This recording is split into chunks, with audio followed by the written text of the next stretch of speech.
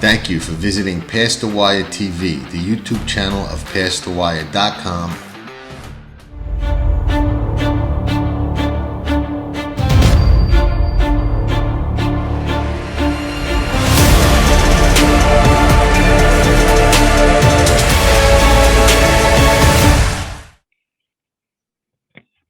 Hello, everybody, and thank you for tuning in to another episode of Past the Wire TV and Past the Wire's podcast, Gate to Wire.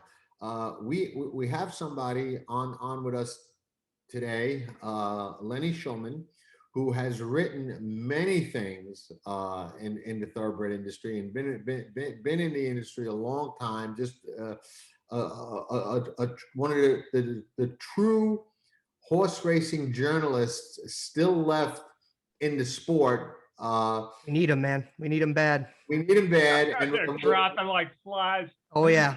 We're thrilled to have you, Lenny. And you know, we'll talk a little about one of the reasons why you're here, which is a book that just came out that Lenny wrote called Head to Head.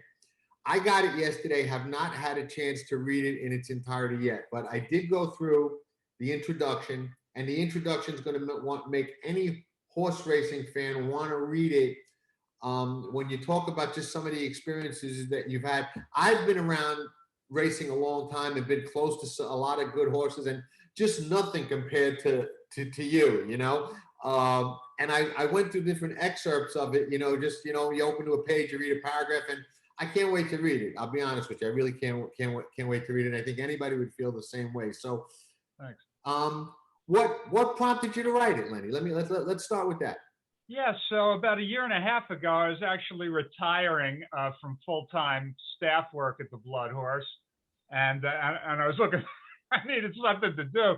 No, it came to me that I had accumulated all this material through the years. Obviously, done a lot of articles and interviews with people, and I have preserved, you know, the transcripts of the question and answer sessions that I did with all these people. And I thought, gee, you know, if I boiled this down and edited it, and, you know, I bet I could come up with some diamonds here. And so that's what I did. And I came up with, I think, 37 or 38 interviews that are in the book. And, you know, we're talking, you know, great people like Penny Chenery and Bobby Frankel and Tony Leonard and Cott Campbell and Tom Durkin, and then, you know, it kind of fit into, I didn't set out to do certain chapters, but the way it just fell, the book really falls into chapters really easily. So there's a chapter on legends and a chapter on women and a chapter on celebrities. Right. Kentucky Derby winners. You know, even Dr. Copeland, who was very famous back in the day. Burton Jones, who was the governor of Kentucky and very active. Just so many people. Yeah, Sam Shepard, David Milch, who the TV guy. Well, you just named two. Excuse me, who I'm actually most proud of and thrilled as a writer to have gotten to meet and write about, because, you know, Sam Shepard and David Milch are just heroes, and both of them were big participants in the thoroughbred game. Right, and it's very interesting as you thumb through the book and see some of the people that are so involved in the game and have contributed so much to the game. It's I'm sure it's a great read. You know, all the excerpts I read were just, you know, captivating for the racing fan. You know, and personally, and, you know, let me know if you agree, Michael, as well. I think the timing is great because how the game has evolved, Lenny, so much now is done through simulcasting and wagering at home. And we kind of lose, Michael's a younger guy than you and I, but you kind of lose the experience that we used to have when we used to go to the track every day. And, you know, even people we didn't know, those same familiar faces that we kind of just recognized in the stories and the tales and the, you know, the different rooters and the different things you would see. We lose that, and this gives us a little taste of that, or a flavor of that, and I think that's really good for people who don't experience that, and even people like myself who now, I'm a guy that for 30 years went to the track every day, and now I go 10 times a year, you know, I mean, so you miss that. You It's really funny. do. It's funny you say that, John, because I'm actually really excited. I get to go to my first live racing since the pandemic. I'm going to Stephen F. Foster Day. I'm bringing my son. We're gonna go try to be railbirds. So I'm really pumped. That's great. Yeah. You know, Well, Lenny, one of the things I want to ask you is this. Yeah. We've all seen racing evolve over the years, okay? And, you know, I write a column, and it basically started off the internet because someone asked me to write a guest column, and I like doing it, and I continued doing it. I in no way consider myself a journalist or a reporter, and don't hold myself out to be one. I just write my opinion and do the occasional interview, and I do it really because I enjoy it. But it seems that the internet changed the game somewhat and just created all these additional writers. And we kind of lost the traditional journalists, the guys like yourself. I think back to guys like Ray Kerrison and Joe Hirsch, and those guys don't exist in our sport anymore. And I'm not sure that's a good thing. No, it definitely isn't. But I just want to address what you're talking about in general, which is change. And, you know, the 40 years you and I have been going to the track, or even more, you know, a heck of a lot changes, you know, in the game and in life. And I think this book really works as a slice of history. What it is really a piece of history of talking to people over the last 20 years, but those people's expertise kind of go all the way back through the, you know, last half of the 20th century. And so these guys were all giants, you know, between 1950 and 2000. Some of them are with us, some of them have passed already. But this book really works as a slice of history that would be losing unless we had these voices to read about and listen to. Right. And just as an example, you know, look at the game today and partnerships, how important partnerships are in the ownership of racers as well. The guy who started that was Cot Campbell, who's one of the chapters in the book. Right. It wouldn't have happened without Cot Campbell. When Cot Campbell started partnerships, people looked at him like he was insane. They didn't know what the hell he was doing. And now, you know, there's not a horse out there that's hardly, you know, owned by a single entity anymore. So it just goes to show you the amazing, you know, pace of change, you know, through the game and in life. So I'm really proud to be able to, you know, tell somebody's story like Cot Campbell, so people can go back and see the beginning of the partnership thing that now dominates. And I think it's a good, like you said, historical thing, and you know, just a great thing to kind of, you know, put all together and follow the changing of the game and especially for the younger fans, right? I mean, it's important for guys like me to know that history. I remember when we had we had somebody on the show that was talking about running photos.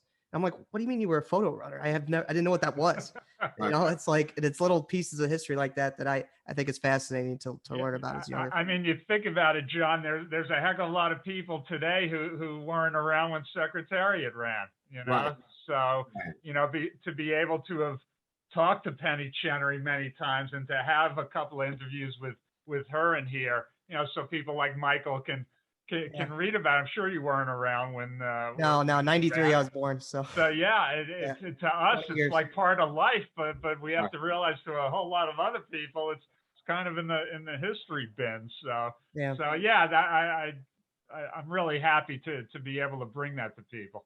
Yeah, no, it's an exciting thing, and I think it's a great concept, and I'm really glad you put it together, and I'm hoping that, you know, I think a lot of the older fans will read it, but I hope a lot of younger fans really get into it as well, because there's so much history there. And, you know, to me, horse racing has always been a game of history. You know, I mean, the history is so important and it gets lost, you know.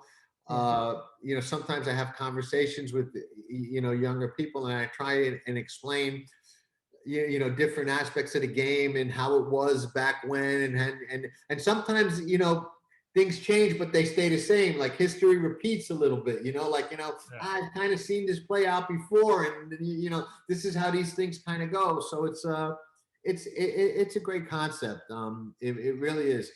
Did you have an interview, Lenny, where you had that surprised you, right? Where you had a preconceived notion of what this person would be like, and it was completely different out of left Well, field?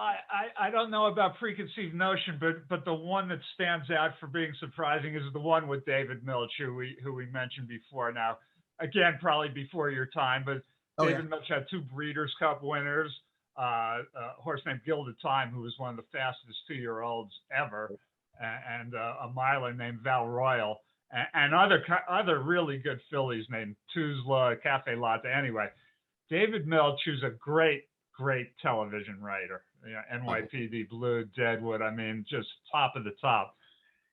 He had no filter when I interviewed him. he had absolutely no filter. I had never met him before.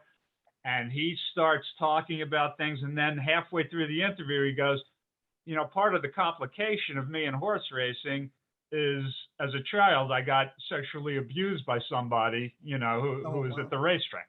And it's like, what? Am I like hearing this right? It's like people don't tell people that, during an interview for a horse racing magazine. Especially as like a throwaway line. That's crazy. Yeah. And so we got into that. He's a fascinating character. And I think his just lack of having any filter at all really surprised me as I was sitting there doing the interview. And it's one of the most memorable stories I've ever done. For sure. Yeah. And back then, I think today it might not be as shocking a thing for somebody to say today as it probably was back then. Yeah, well, I want to say he's the most obvious genius I've ever met, because as you're talking to him, and it's not like he's putting on airs, but he's operating on a level that's 3 or 5 levels above where you're operating on. I mean, the references, he's quoting, Jesus here and James Joyce here and Paul from the New Testament here. And so, the guy is just, he's a genius. That's all I can say. And it was a challenge to tell that story because it's very intimidating. He and Sam Shepard were probably the 2 that intimidated me the most. Just as, my God, it's Sam Shepard. Although being a Yankee fan, Joe Torre was pretty exciting also. Oh, that would be fantastic, because he loved to play Saratoga. I know a lot. He's a big horse player himself. Oh, he was a total degenerate when he was managing. He and Don Zimmer would go out to wherever the nearest OTB is, and whatever town they got to that day, and they were out playing like all the time. Yeah, he loves it. Absolutely loves the game. And was a part owner of Game On Dude. Right. I remember that. Yes, that's right. Yeah. It was. I remember. Yeah. Interesting stuff. Lenny, let me ask you this. This is something I find interesting. With all the talk today about cheating and drugs and the indictments of Jason Service and Jorge Navarro, media people take a lot of heat. Oh, softball questions. Why don't they ask him this? And why don't they ask him that? And I think a lot of people don't understand that you're not in a position to just come out and ask an accusatory question, or, to say to somebody, hey, do you juice your horses? I mean, what is your take on that? And how do you respond to all the fans and all the social media people are like, hey, the media is too soft on these guys. Why are they not asking them the questions that we want to hear? I think that's a valid point. People expect you to go in there and find the drugs, and like you're on an episode of Columbo or something like that, and the guy's going to go away in handcuffs. It doesn't work that way. How am I as a journalist supposed to go in somebody's barn and start rooting around, for hypodermic needles? It's not the real world. That's not for us. It's for the drug testers and the racing commissions. You're right. You can't do that. You can't walk into Trainer X and say, I know you're using something. What is it?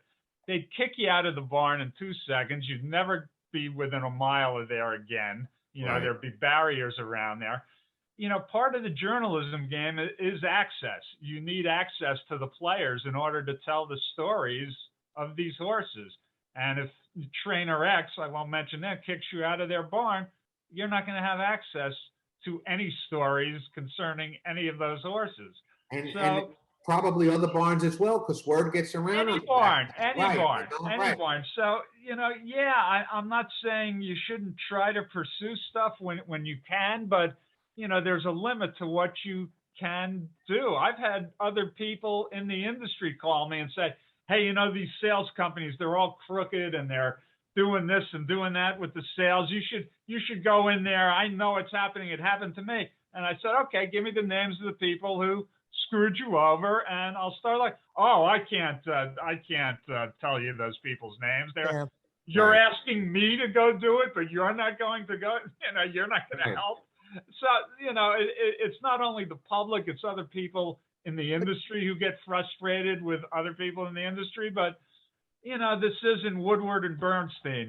We don't have the access to this. So let's go the other way, Lenny. What could we do better? What could the racing journalist community do better? Like, what would be your advice to somebody, maybe a younger journalist that's just getting into it?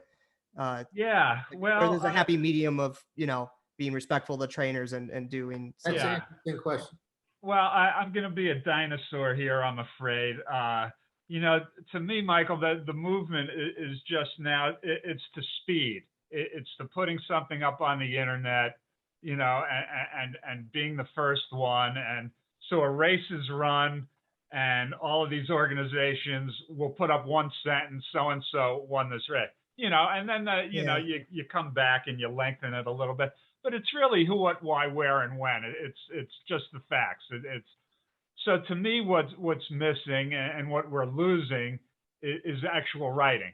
Is the great writers like Jonathan mentioned before, a Joe Hirsch, or a Steve Haskin or a Jay Hubby who's still around. But these guys are great, right? They're not only knowledgeable horse guys, but they're really great writers. Who tell a story. It's not just who, what, when, where, and why, and the facts, and paid $8, $4, and $2.20. You can get that anywhere. You can't get great writing anywhere, and I think what we're really losing is the people who can take a race, important races like the Kentucky Derby, Breeders' Cup, and tell a story. Weave it into a story that is good. And it's a skill, and not everybody can do it. So I would like to see us not lose that, to answer your question. Wow. And you're right. You're spot on. We are losing that, because when you see these races and the results come out, it's the same 2 or 3 paragraphs, whatever publication you go to. I mean, it's almost like the same person wrote it, and then everybody just changes a word or two, and it's just, it's. When a horse, I had the Belmont Stakes a few years ago, and when a horse like Justify crosses the wire and wins the Triple Crown, and you're staring at a blank screen, and you gotta write 3,000 words, that night, and to do it right and tell a story, that's talent, that's writing, that's what we're missing, I think, and I'm real passionate about it, because. I grew up in an era where the racing form had all this great stuff in it, and it wasn't just, the basic stuff. It was real writing, and so many great writers through history. I mean, Charlie Hatton. We were just talking about Secretariat. Yeah. Charlie Hatton from the racing form, who was probably around 70 or 75 when Secretariat came around. He would go to Secretariat's barn every morning, at about noon, and just stand there and look at him for like an hour or two. As the assistant trainer was just telling me this story recently, and all he could do was write about Secretariat. He was praised about writing about this horse, and when Secretariat retired, so did Charlie Hatton. That was it. He had seen it. He had seen God, and he wasn't going to stick around any longer. So it's really dedication and kind of knowing where to go. And, Steve Haskin once told me a great piece of knowledge that served me well, and it was, you cannot cover a race from the press box. No. and 90% of the people try to cover a race from the press box. You can't do it. You have to be back in the barns. You have to smell the manure. You have to talk to the assistants, talk to everybody connected to the horse. You have to be everywhere and really get to the bottom of the story. So I fear we're losing that to a large extent, and I'd like to see us do a better job preserving that. I hope that wasn't a cop out to your question, but No, it's not. It wasn't. I don't think so. I like what you said, and I like what Steve said about not being able to cover a race from the press box. Yeah. I think that kind of hits the nail on the head, because that's what everybody does. And now I think half of them are not even covering it from the press box. They're covering it from their laptop and watching. You're right. You're right. There's so much great material you can get. I used to go when I was at the Derby every year. I used to go to the barn area at like 3 p.m, 3 hours before the race, 4 hours before the race now, and just hang around and look for color. Who's nervous, who's relaxed, whose owners are there, who's doing what. I mean, that's where you get the background and the detail, and you can talk to people, and they're so nervous that the words are pouring out of them, but you have to be there. You have to be there to get that stuff, and Look, it's not tricky. You just need to get out of the press box and go and be with people. No, look, I mean, I don't think any racing fan has fallen in love with racing over simulcast. I don't think anybody. I mean, we do it when we're betting sometimes, but like that's not how we fell in love. I fell in love by going to the Derby. That's how it hooked me. Yeah. I think everybody's similar story. No, it is. And I've interviewed, and excuse me, I'm just going to close the shade here. I've interviewed enough people, and you ask them all the time, hey, how'd you get mixed up with racing? And to a person, it's like, my father took me to the track. My grandfather took me to the track. My mother took me to the track. That's the reality of it. It's not a cliche. That when you ask people that's how it happens. It's weird because it's not every sport's like that. Football's not like that. I would argue the closest one is probably baseball, right? And baseball. Yeah, I think. Well, when we were talking about history before, I was going to say I think horse racing and baseball are the most history-oriented. I agree. Sports. It's like there are sacred numbers in horse racing. It's just like Hank Aaron's home run record, right? It's a sacred. Yeah. People didn't get mad at Bonds just because. I'm so glad you said Hank Aaron and not Bonds. That's great. It is, but that's why people look. The reason people get so mad at the juicers in horse racing is the same reason in baseball, right? Yeah. If you took away our sacred number, that was sacred, man. Yeah. If you're taking down Secretariat records or taking down Triple Crowns, those are sacred numbers to horse players. Man. Yeah, you better be on the level when you do that. I'm going to say something now, and I'm going to say it as delicately as I can, because I think that you'll both understand it. Okay. And I'm not going to be accusatory at all. Okay. But I lived through the days of Oscar Barrera. Okay. And we all saw what he did with claiming horses, and it was far and above different than what's happening today. Oscar just did things with the horses that he claimed that even the guys that are under spotlights today don't really do. Claiming a horse, running back in 3 days, running back 2 days later, winning them both. Claiming a horse that was a lagger going 1.25 miles from Sue Sedlak and running back 5 days later, going 3/4 of a mile, goes in 1:09 and 2, fastest time of the meet, things like that. And I always, after all the stories about him came out, I was watching a couple of years afterwards, a replay of the Affirmed and Alydar Belmont Stakes. And I always felt in my heart that Alydar was a better horse. Okay. And I think he proved to be a better sire. But Affirmed got the better of him in the Triple Crown, and most times, and even when Alydar got him in the stretch at that Belmont, Affirmed came back. So I watched the race. I just happened to watch it. And after the race, and Laz and everybody was going into the winner's circle, and they were celebrating and whatnot, I noticed that Oscar was in the winner's circle. And Lenny and Mike, he was celebrating more than Laz. And he was fist pumping. And if you go find the replay of them going into the winner's circle, and now that I told you this, if you didn't notice it before, you'll say, John's right. He's really, really happy. Now, granted, he should have been, but to me, a poker player, so a people watcher, someone who's been around a track. I said, you know, I'm a little suspicious about his reaction to that race, especially with how I always thought about Affirmed and Alley Dog. And I've always kept that as just my own little thought. What does it mean? Maybe nothing, maybe something. We'll never know at this point. Okay. And now there's all the talk about Bob and all the accusations leveled at Bob. And I don't know what's going on with that. And I hate to believe that that it's true, but if it was, and I look and I say, you know, you've got Affirmed, you've got Justify, and you've got American Pharaoh.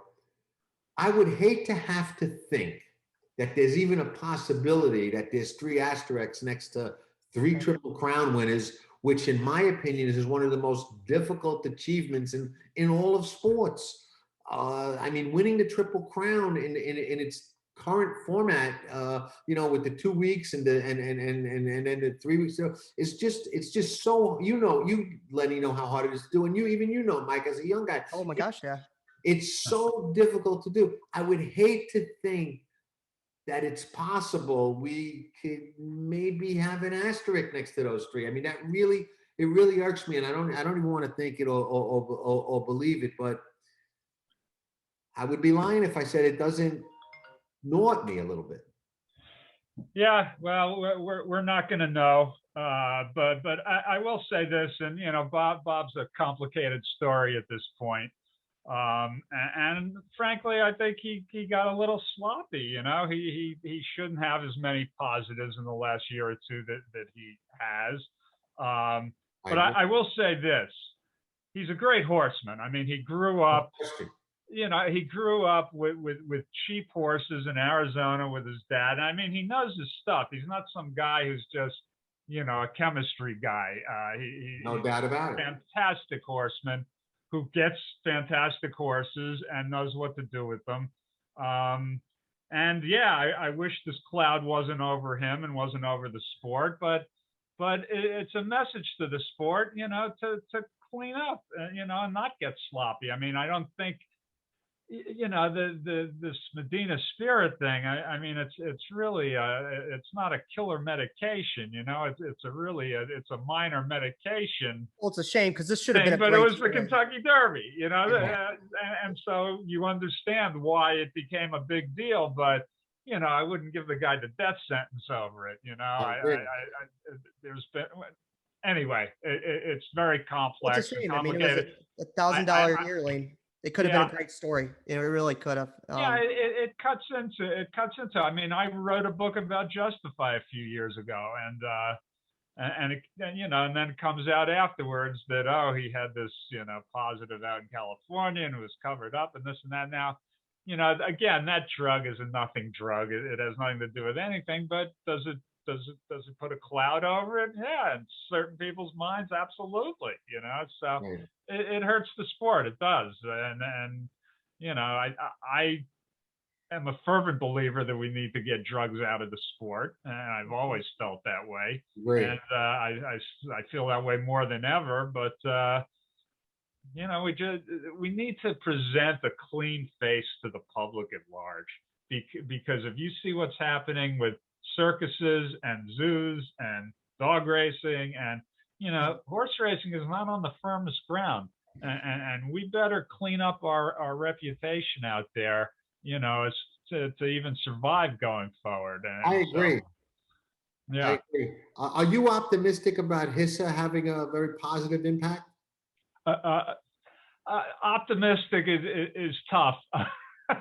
It's tough to be optimistic, but yes, I would hope that the testing rises up to the level we hope it does, because, you know, these testing labs are very uneven in their competency through the years, quite frankly. And if we don't shore up every link in the chain, it's going to be less successful. If we shore up the labs and make them uniform and make them state of the art and make sure it's consistent, yeah, I think there would be optimism. I think these people have done a good job with the Olympics. They have gotten to the bottom of things. takes a while, but they have. And Lance Armstrong will be able to tell you that better than anybody. But yeah, I think I would say cautiously optimistic if the industry puts the support behind it that it needs to. Interesting. Now let's get back to you and some of your stories and interviews, because they're just fascinating, and you've got so many of them. Let me ask you this: who, if you had to say, if you were a trainer, people always say, or people always ask Bob, who's your best horse? Oh, American Pharaoh, this, that. He's had so many. You've got so many of these stories and interviews. Who was, if you had to say one, putting you on the spot, who was your most difficult interview? Wow. You didn't think I was going to ask you a soft? That's tough. That is a tough one. I will say that there are people who are difficult to get to interview. I have chased. I have a follow-up about that. Yeah. I've chased people for years, and sometimes you get them, and sometimes you never get them. One of my questions was going to be, do you have a white whale that you're dreaming? Oh, absolutely, absolutely. And unfortunately, he just passed away, and that was Khalid Abdullah from Juddmonte, the mastermind behind Juddmonte, because the guy built a breeding operation that is above and beyond anything else in the world, and he did it through his own breeding, not by going out and buying $10 million horses and hoping they turn. He did it by getting mares and breeding them himself. And so, yeah, he was the white whale that I never got, for sure.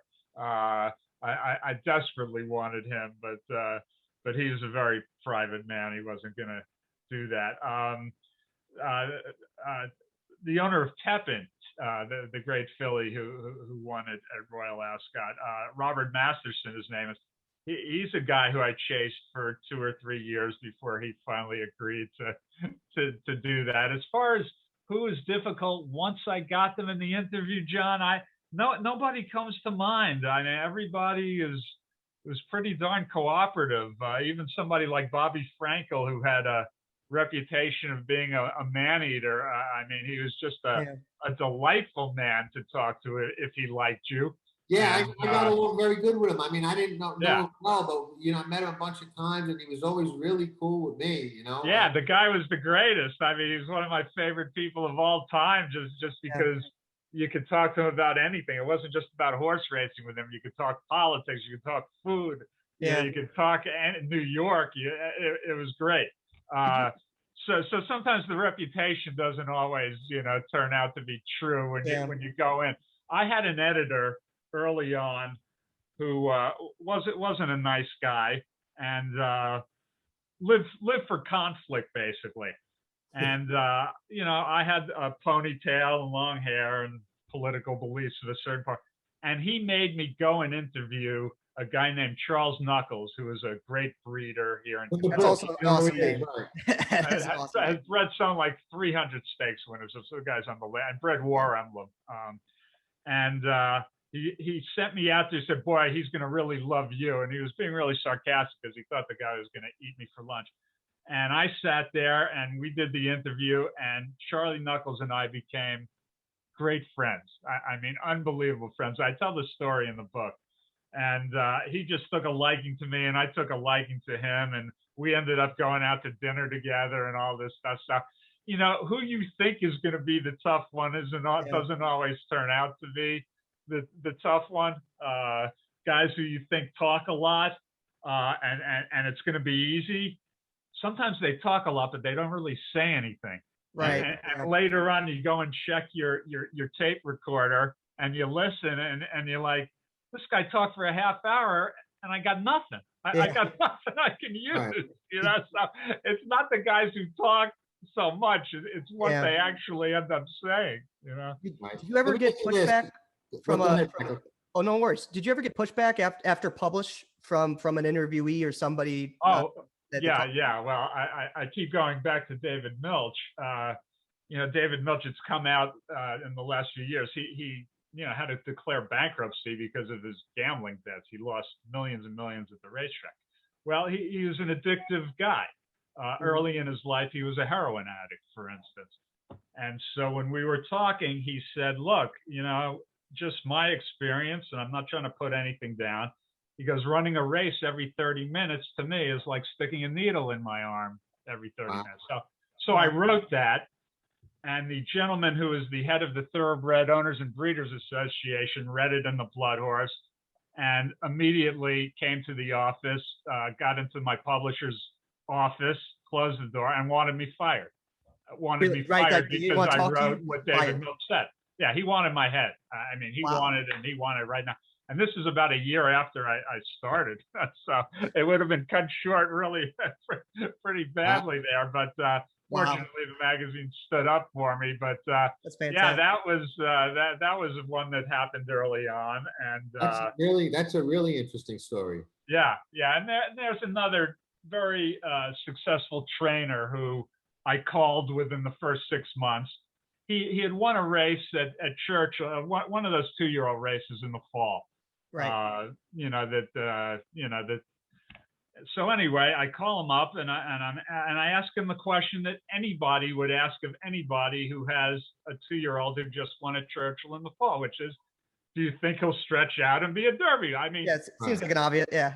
You'd be malpractice if you didn't ask the question, right? Exactly. His reaction was, "You mother effer, how dare you effing ask me that effing question about this, that, blah, blah, blah, blah, blah." And he goes on, and I said, "Thank you for your time." And I hung up the phone, and I've never talked to that MFer again. And, he's still, I won't give you any more hints, but he's a successful trainer. I haven't talked to him for 21 years. I just won't do it. I'm too damn old. And I've been around too damn long to be talked to like that from anybody. I don't care who it is. Do you know why he was mad? Was like, were you jinxing him? Like, my feeling would be that the horse probably had a sprinter's pedigree, and he probably knew that he wasn't going to stretch out. But there's ways to answer the question. You don't have to answer the question like that. Hey, we'll see what happens. You never know. We'll give it. However you want to say it, it's not that difficult a question to sidestep. Right? Nah, that's a T-ball question, man. That's easy. Yeah, and anybody would ask it, So it wasn't like I was trying to get, be cute or get to something. So that's so funny. Yeah, so stuff like that, it doesn't happen a lot, and I'm happy for that.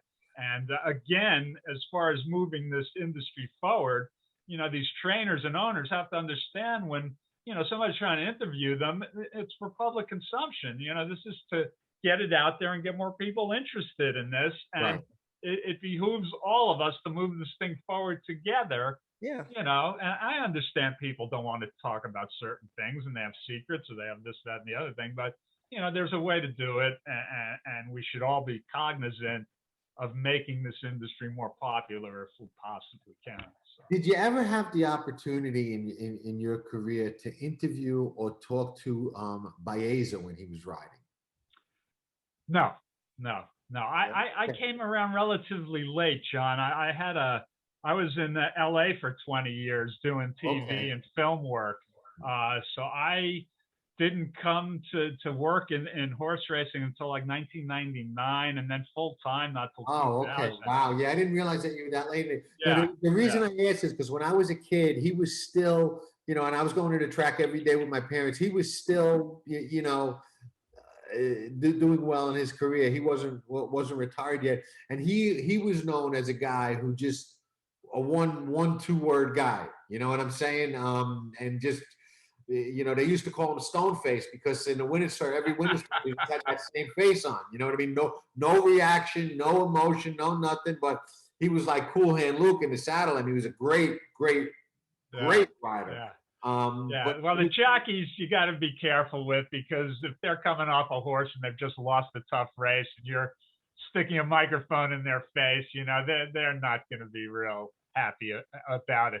I just want to go back to what you said before. One of the best things I ever worked on was I got Steve Cawthon and Georgie Velasquez together, who are great friends, by the way, and always have been, of course, Affirmed and Aladar, like you were saying before. And we got them together to watch all three of the Triple Crown races together and kind of talk about it and talk to each other. And, we did a video about it, and I wrote a long story about it. it was fantastic just because they loved each other so much. Right. And so that was a really memorable piece that I was able to do. I've got something interesting for you that kind of feeds off of what you said about sticking a microphone in a rider's face after they lost a race. I did a story about Ruffian, and I spoke to everybody that was involved, and actually found out some things that had never been written about. And one of the people I spoke to was a Cinto, you know. So I asked him, I said, you know, back then there was talk about birds flying over the track that might have been a cause. And he goes, do you want me to tell you what that was? I said, yeah. He goes, that was complete. And you know, if you know Jacinto, he's probably as frank and unfiltered as David Milch. Okay. He was like, that was complete BS.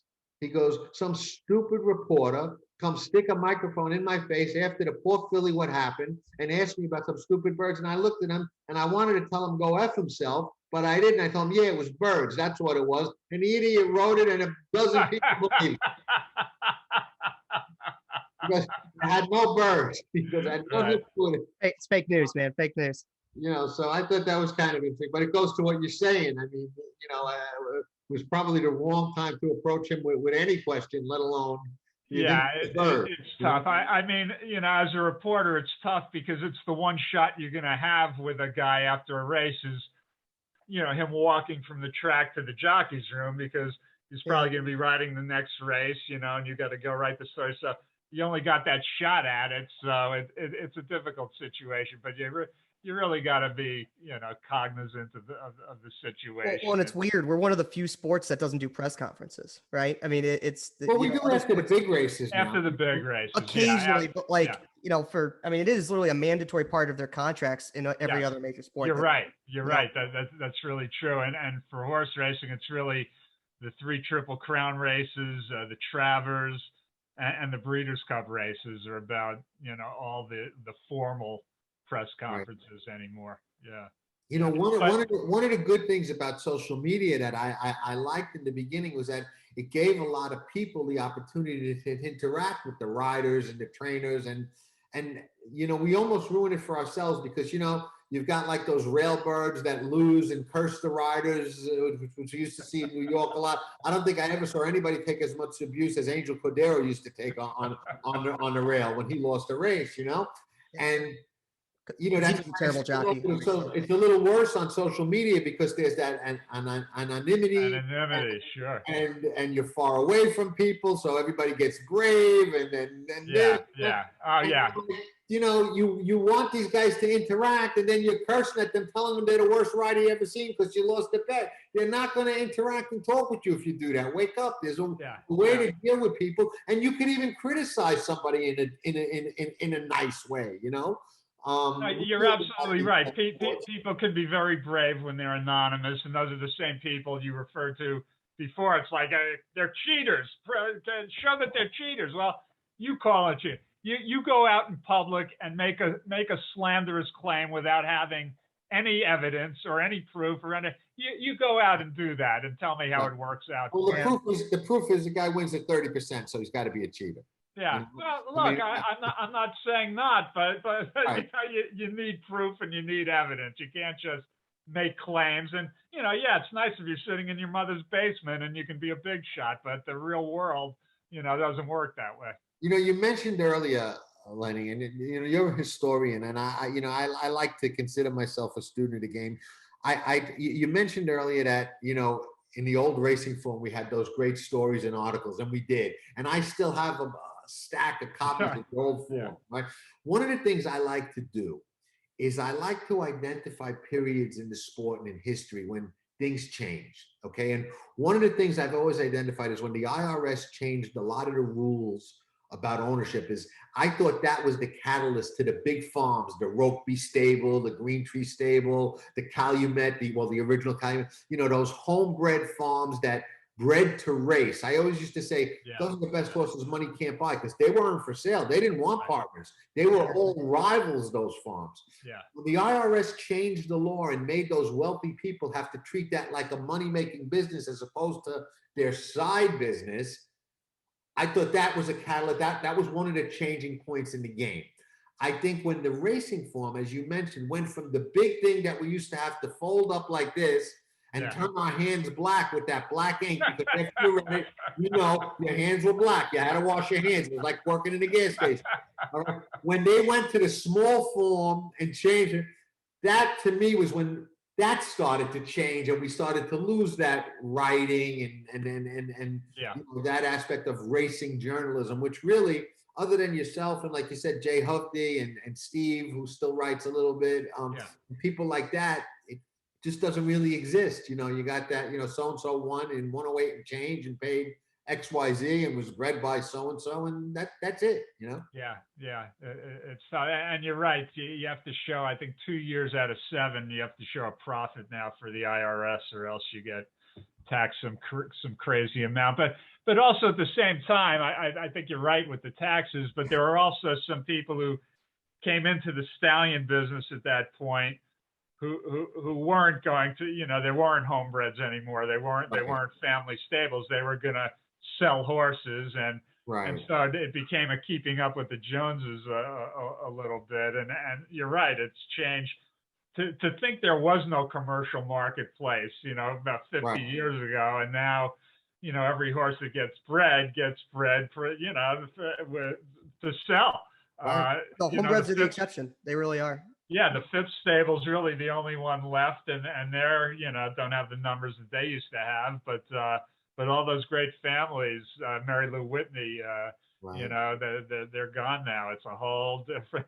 It's amazing how it's changed. Charlotte Weber, who was in your book, Weber, who's in your, she's kind of hanging on there, you know. She's kind of, Live Oak is kind of. Oh, absolutely, hugely successful, and she just passed her 50th anniversary breeding horses, which is an amazing accomplishment. Yeah, she breeds them to race. Yeah, there's a few out there. On, you know, I mean, but I guess when you own Campbell Soup, you can do that. Yeah, you can. You get. She's wonderful in that she's very much a philanthropist. So she actually does a lot of good with her money. So good on her. Is there any one particular horse that was your favorite when you covered them? So when I covered them is the key statement there, because AP Indy is my favorite horse of all time, but he was before my time as far as covering him. I will say there was it's going to be Justify, and you know, writing a whole book about a horse certainly brings you close, but there was something about, I had gone out to California to do a story about Baffert, and we talked for an hour and did a great interview. He was terrific that day. And it was in February. And after the interview, he said, "Do you want to come see the Kentucky Derby winner?" Well, you know, when Bob Baffert asks you that, you know, not feeling it. The answer is yes. So his big horse at the time was Mackenzie. Who was a Grade 1 winner already and accomplished, but I knew the way he asked the question that he had something up his sleeve. And so we went, I'll always remember, we went from one barn to his other barn at Santa Anita, and we walked about 5 rows down and 5 stalls down. And he stopped me in front of Justify, and this horse he was a monster. He just filled up the stall, like gorgeous, big, beautiful, perfectly conformed. And so from that moment on, I just felt this affinity with this horse, who very few people knew at the time. And the following week, he won an allowance race. And then, of course, he won the Santa Anita Derby. And then he became who he was. You know, by the time he was at Churchill Downs, he was the favorite for the Derby. But I was able to hang with him a lot at Churchill Downs and hang with him a lot at Belmont. So it really became a thing, a special feeling for this horse. And then to have him go ahead and do what he ended up doing was just, it was a really special deal. To be able to say you met the Triple Crown winner before you won a race, that is unreal. It is, right? It's incredible. And just, again, it goes to the horseman that Baffert is, that, you know, when he has a good one, you know, when you see him at Churchill Downs leading up to Derby that week, you know if he thinks he has a chance or not. Right. Sometimes he's there because an owner wants to run a horse, and sometimes he's there because he thinks the horse really has a legit chance to win. And so you can handicap him by that pretty easily. And I agree. he thought that he told somebody, and I put it in the book, he thought Justify was a better horse than American Pharaoh. So Really? that's pretty high praise. You know? Absolutely. High praise. Now in the book, you talk a little bit about spending the morning of the Belmont that American Pharaoh won, which is the first Triple Crown winner in forever. What was it, 27 years or something like that? Yeah. With the No, Zayats. 37. Yeah. Wow. Okay. See, with the Zayats in their trailer. What was that like? What was that atmosphere like? That had to be. That was crazy. It was Steve Haskin and I that morning, and because he's a religious Jew, Zayat couldn't travel on Saturday, which of course the Belmont Stakes is on. So they set up these trailers in the barn area of Belmont, and they parked them there. And so of course they were there Saturday morning. And Steve and I go up to one of the, it's a huge bus trailer, and we knock on the window. We kind of pry open the door of the bus, and Zayat is praying, davening, as they say in the Jewish faith. And he's got the prayer book and the shawl, and I said, "Oh my God," So Steve and I repaired back for a few minutes until he came out and invited us up. And we hung with his whole family, and it was like a Sunday brunch. Steve was impressed because they had, lox and whitefish that he liked, but there was a lot of nervous energy. It was raining that morning, very concerned about the state of the racetrack and whether it was going to be wet fast or whether it was going to be drying out and heavy. And, we talked about all of those, possibilities through the morning. And it was just exciting, nervous energy, that you could feel coming off of them. But to be able to have that in your bank as you went back later that night and wrote the story, Steve wrote the race story and I wrote the story about the owner. And just to have all of that color, to be able to write about it, it was an amazing experience. The winning of the race by him, and I was out in the box seat area, the place was, you could feel it, the grandstand was moving up and down.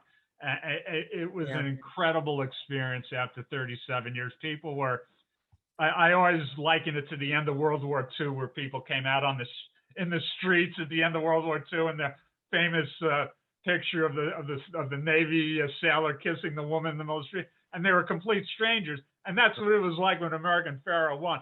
Complete strangers were turning to each other and hugging each other and kissing each other and carrying on and throwing drinks. And look, it horse was the racing at its loudest best. what's that? Horse racing at its best is still an incredibly popular sport in America. I'll tell you, when there's a horse with a chance to saying? win the Triple Crown, if you're anywhere possible to get to Belmont Park to watch that, you should do it as a racing fan. There's nothing else like it. You should, Michael. I've seen a couple of them, and you should not miss that if you get the chance to see it, for sure. I mean, there were so many failed ones, right? We probably had a dozen or 15 fail between Affirmed and American Pharaoh. So it's tough. It's like Lucy pulling the football away from Charlie Brown and Peanuts, but it's worth hanging in there. Still, man. It's worth hanging in there, because when it happens, you're not going to see a better sporting moment in your life. Now, here's another interesting historical thing about racing that you'll probably remember. Back when Secretariat did it, Riva Ridge almost did it the year before, but Secretariat did it, then Affirmed did it, then Seattle Salute did it. The talk around then, they got to change this up. It's too easy. Too many horses are doing it now. And then we had that long drought where everybody was failing. I mean, real quiet, looked like you had to race one. Victory Gallop. I still call real quiet every time I watch that race.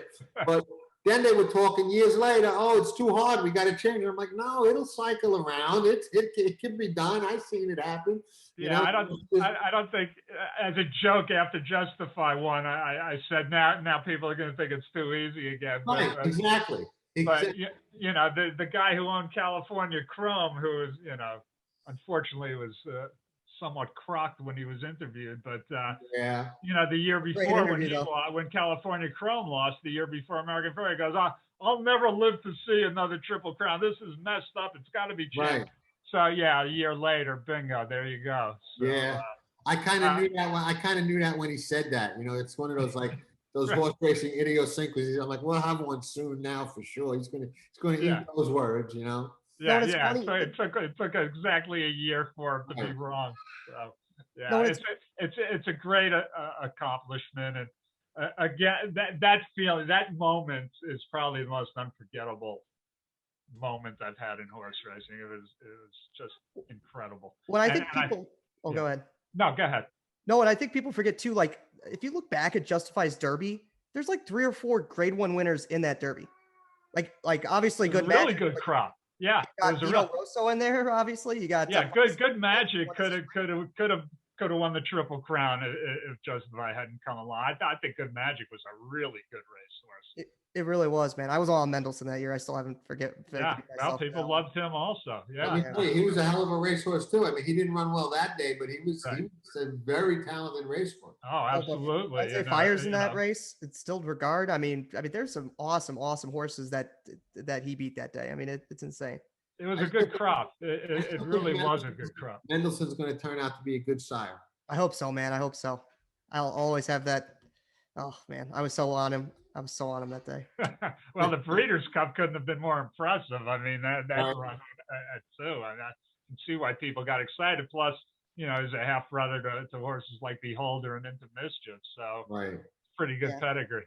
No question about it. Lenny, let me ask you this: did you ever get into the betting side of it, or no? I was more into the betting side before I became employed in the industry. When I lived in LA, I was out at Hollywood Park or Santa Anita every single Saturday. Okay. Absolutely did not miss a Saturday. Not a big bettor, but there was nothing better than going and getting the form the day before, you know, reading through it the night before. I loved it. Absolutely loved it. I found that as I got further into the industry, for some reason, I got less into the betting aspect of it for some reason, you know, so I actually stay out of trouble by not maintaining any accounts. So, you know, I suffer when I see something on TV that I would have hit, but it's just straight cash, homie. Straight cash. That's right. Straight cash, Lenny. I like that. I sometimes think that the more you know, the less you know, so people think that because you're in the industry, you know who's going to win this and that. You know, so I think you kind of get favorites and you kind of get people who aren't your favorites. And it really does skew, you know, your betting stuff to the point where, you know, maybe it's better just to sit back, you know. No, it makes sense. I mean, John said it, like, Mendelssohn's probably going to be great sire. I'm not going to bet his babies once. I mean, it's going to take me a long time. Oh, you see, that was my betting system for all those years. Yeah, was every AP Indy, anybody by AP Indy, that was my betting system, which wasn't the most lucrative. And you fed AP Indy peppermints? Yeah. Well, he was, fortunately, where I live here, he lived about 20 minutes away. Were you starstruck? Were you nervous? No. I wasn't nervous, but I spent a lot of time with him, and I spent time with Seattle Slew, and that was more nervous. That to be around Seattle Slew, who was as an older boy at that point. No, and a massive horse. Yeah. You knew you were looking at great. When you looked at Seattle Slew live, you knew you were looking at something special and great, and something the gods had touched. So the fact that AP Indy was a son of his certainly, you know, added to it. But no, we got to hang out a lot around the paddock and Layden's End, and spent a lot of time with him. And it was just a thrill. And those people are so accommodating when you go. You know, it's really, they understand what these horses mean to people, and did you ever see him, Michael? I didn't hear you. I said, I asked Michael, did you ever see AP Indy run? No, no. He had that style, Lenny, that you'll probably remember. He used to run with his head real Yeah. low. I mean, I've seen his looked replays, obviously, but not at It all. looked like he was looking for change on the Right. ground as he ran. And the other thing about him, John, is, and maybe this figures into why people maybe don't think he was as great a racehorse as I think he is. He didn't want to beat you by 5 lengths. He Right. didn't want to do anything more than what he needed to do. And you watch his Belmont, and you'll swear with a quarter mile to run, he's got no chance. He just did exactly what he needed to do to get the job done, and didn't do any more than that. But he beat you. He didn't beat you by 5 lengths, but he beat you. It's almost in his brain. It's like, I'm not doing anything more than I need to do. Were you surprised when he won his Breeders' Cup Classic, like his last race? Because he had lost a couple times before then. He did, but he had a horrendous break in the Jockey Club Gold Cup and then the race in Canada. But no, in fact, I did bet that day, and Pleasant Tap, who filled out the exact, I had that exact pretty heavy both ways. So Good. no, I was not surprised. I thought he was. Talk about great fields, Michael. Go back and look at that field. That was a field. I'm looking at it right now. Horses like Sultry Song, who was a Grade 1 winner on both coasts. I mean, Strike the Gold. Right. Great field. And Pleasant Tap was a great racehorse also, and a favorite of mine. He was I agree. Jolly Fug Underrated. Never really got his due, but was a heck of a racehorse at different distances. Yeah. It's a great sprinter. Right.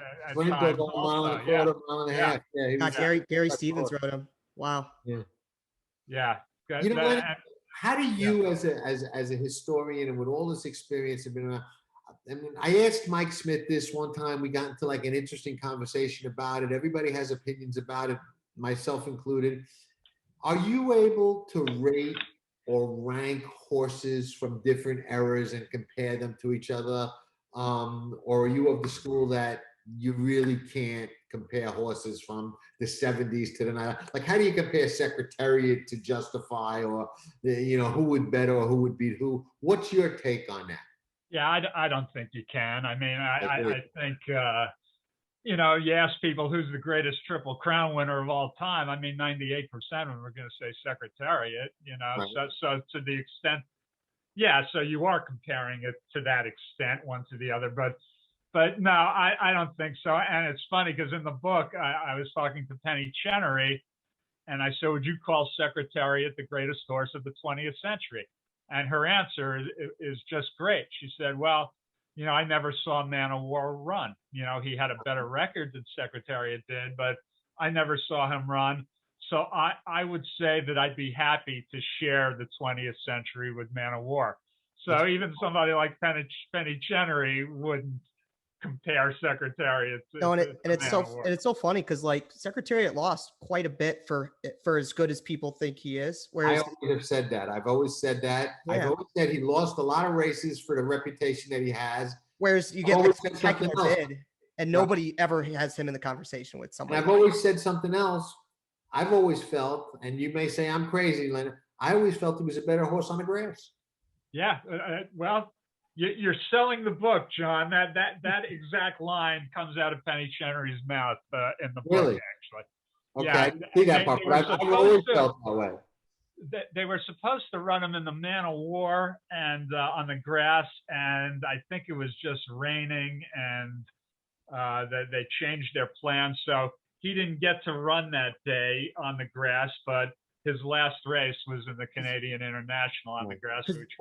He did win at Belmont on the grass. I remember I was at Belmont the day he beat Tentam on the grass, who was a heck of a racehorse. And I remember I watched that race about 3/4 of the way down from the finish line on the apron. And I remember watching him swoop past Tentam on the grass. And I just said to myself, I had seen him win the Belmont. I'd seen a bunch of his races live. And I said, this horse is better on the turf. I mean, I just can't believe how he went by me. I was in awe. No, it's funny. I think you agree with this, John, but I would say the same thing about Barbaro. Yeah, I would be hard pressed to argue that point, but really interesting stuff. Last question I'm going to ask. All right, go ahead. Wait, no, you had something else. No, just really quickly, I was going to address something that Michael said.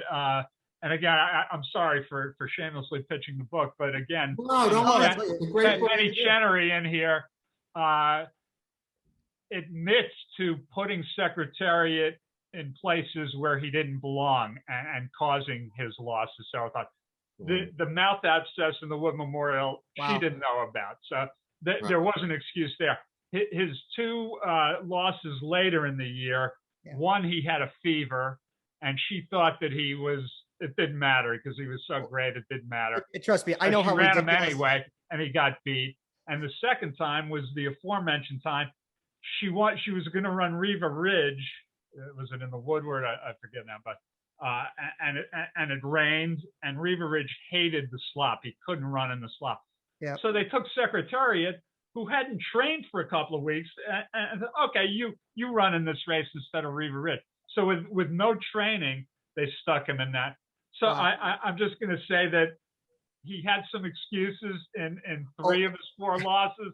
So go ahead and read it, and maybe it'll No, can't wait to read it. And by the way, he ran great in the Whitney when he lost to Onion, and you know, I was already handicapping races back then, and Onion was coming back on short rest, out of a sprint on a speed track. I mean, and Alan Jerkins that day, right? Jerkins. He was an older horse. He was running. You know, he was a 3-year-old running against all. You know, he was coming off that hard Triple Crown campaign. He was a little ripe to get beat that day. I felt that way going in, you know. And he was running a fever on top of that. So, right. I didn't know, but and he was actually coming off an Arlington Park race. Actually. Yeah, that's right. Exactly. That's right. Exactly. Yeah, that's right. But the Triple Crown race too. You know. No, I always said that that's my home track. I live in Chicago, and I always tell people, I'm like, you know, Secretariat race here, man. This is sacred. Yeah, they built that race for him. They actually established that race for him, and they gave Penny enough money that she agreed to bring him over there.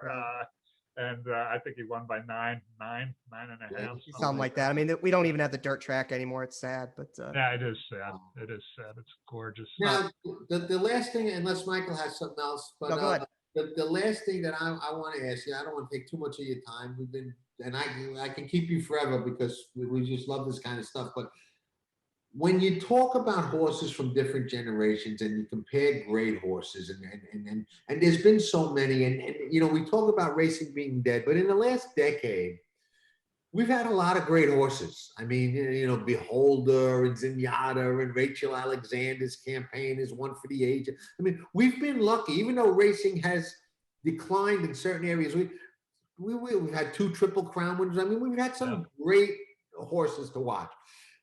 I've always felt, and I'm curious of your take on this thing, is that when you evaluate a champion or a great horse, I always give a little extra credit to a mare or it doesn't matter who it is, but I'll just use Zenyatta as an example, from a horse that comes from well off the pace. Because I always think that they're more apt for trouble. They've got to go wide. They've got to worry about going inside because they're going to get stopped. I mean, the Breeders' Cup Classic, talk about Secretariat on dirt. Everybody says she was a synthetic horse. I think she was better on the dirt, and I think that her loss in the Breeders' Cup Classic was the best race she ever ran. Similar to Seattle Slew, the best race he ever ran was in the Jockey Club Gold Cup when he lost to Excella. So I think that's a parallel between those two running the best race that they ever ran in losses.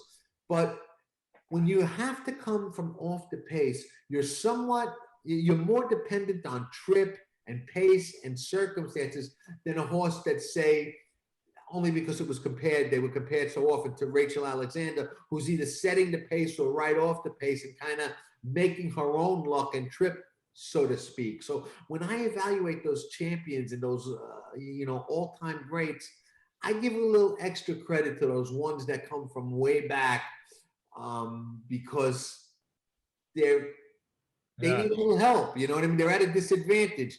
What's your take on that? Are you on the same page or? Well, I don't know if I give him more credit. I think you're right. And some of Zenyatta's wins, you know, I mean, you're amazed that she got there because she had so much to do. You know, even some of those Del Mar races, that track she hated, the Del Mar, she still won every time. But yeah, it amazes me that people don't look at her like she was a great racehorse, or didn't look at her. It's weird. It's like it's almost become popular to hate on Xenia. It is weird. Like yeah, it's very strange. I think it was because, John, you're right, the synthetic, but I think it's also because, you know, people in New York, and I'm a New Yorker, but I think people in New York take it as a personal affront when somebody doesn't race in New York. Well, you know, she was owned by a guy in Southern California who wanted to see her run in Southern California. Now, she did run at Oakland. She won on the dirt in a Grade 1, beating the Breeders' Cup Distaff winner. She had some really close ones at Oakland. She won the Apple Blossom twice.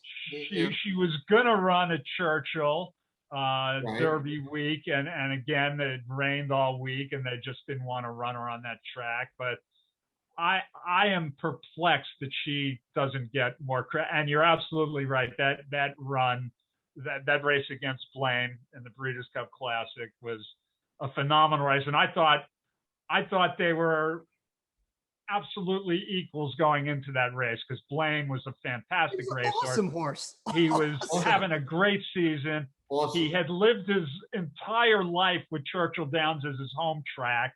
Right. I mean, he had so much going for her, and still for her to do what she did that day, you know, it's a shame she lost, but how you can say that she wasn't a great racehorse, and I attribute it to people in New York who are just xenophobic and don't want to admit how great she really was. I knew it had to be New York's fault. I just didn't know how. So that I appreciate you enlightening. Well, no, again, I love New York. I'm a New Yorker, and I'm a New Yorker at heart. But so is John. But I think that did play into it a little bit. But anyway, yeah, and I think, John, to your point, you know, fans love come from behind horses. Let's face it, it's more exciting that way. You know. Right. You know, Silky Sullivan, and you know, I mean, fans love that kind of runner, and I think, you know, the way racing has gone, American racing on the dirt, you know, it's kind of a lost art, because speed, you know, everything is speed. You know, there's so much. Even, you know, look at American Pharoah and Justify. I mean, those horses were not coming from 10 lengths off of it, and most of your best horses now don't. So it's just the way. Occasionally on the turf, though, you'll get us Sister Charlie and horses like that on the turf. Well, coming up. Well, the turf is a different deal. Yeah, turf racing is still, you know, you still want to be able to make that last move, but you know, turf's very different from dirt. Yeah. What's your take on the good European meets? Like, we just had Royal Ascot. I mean, I love those meets. I'm fascinated by them. I think the racing is great. I think the wagering is great. And I think the old school way of they do things over there a little bit like we kind of used to in the eras that we're talking about. It's kind of still like that over there. So I love it. I get captivated by it. What's your take on it? Yeah, I think I give a lot of credit to the folks the last 10 years, the American trainers and owners who have taken their horses over there, because I think it's opened it up to the American public. You know, it never used to be on TV here, where you can turn on in the mornings and watch Royal Ascot. So I really credit Wesley Warden and the Tepin people and the Stone Street people and everybody who have participated, because I think it's really opened that up to the American public. Yeah. No, and I think it's helped us get some of the great European champions over here for like Breeders' Cup, you know, getting the enables to come over across the pond. And God forbid, I hope we get Love this year. I mean, you know, we'll not, but I think to your point, it opened up both ways. Yeah, I think when you have the Breeders' Cup in California and it's like 17 degrees in Europe, you'll get the Europeans coming out to California to run in the Breeders' Cup. You don't have to worry about that. I think we've got a good shot to get Love this year, because she didn't run in the Arc last year because of that soft, boggy course they didn't want to run her on. And this year we're at Del Mar, where it's going to be firm. And if she's anything, you know, if that first race back is indicative of what she's going to be like this year, I think we'll see her probably against the boys in the Breeders' Cup turf. Yeah, I certainly think the European trainers have got it well figured out now, that, you know, they know which horses to bring over here. And it's definitely the ones that, you know, like to hear their feet rattle over some hard ground. So, Lenny, thank you. I mean, you're gracious with your time. Thank you so much. This is Lenny's book, Head to Head. We talked a lot about it. We could talk about it for another hour or two. I mean, it's just from thumbing through it, it's that great. And if Penny said that Secretariat was better on the turf, like I've been saying, I mean, you just, people got to look at it. I mean, there's so many stories in here that if you don't love the game, you might after you get into some of this stuff. And if you do love the game, you're not going to want to not read it. Where do people get it? I'll put a link. I'll get a link from somebody who knows you of where to buy it, but just tell everybody who's watching that. Yeah, it's still technically on pre-order, so it should be released in July, but it is at Amazon. All you have to do is type in my name and it'll pop up there. And then you can also go to KentuckyPress.com and you can buy it right from the publisher at KentuckyPress.com. So yeah, thank you. Thank you. I really appreciate it. No, thanks for coming on, Lenny. This was great, man. It was a lot of fun. Thanks. It was great talking with you guys. Great talking with you. Yeah. Thanks. All right, I'll end the recording now, and we'll chat for a moment afterwards. Vino Rosso has taken the lead, and it's a vintage performance by Vino Rosso. Nobody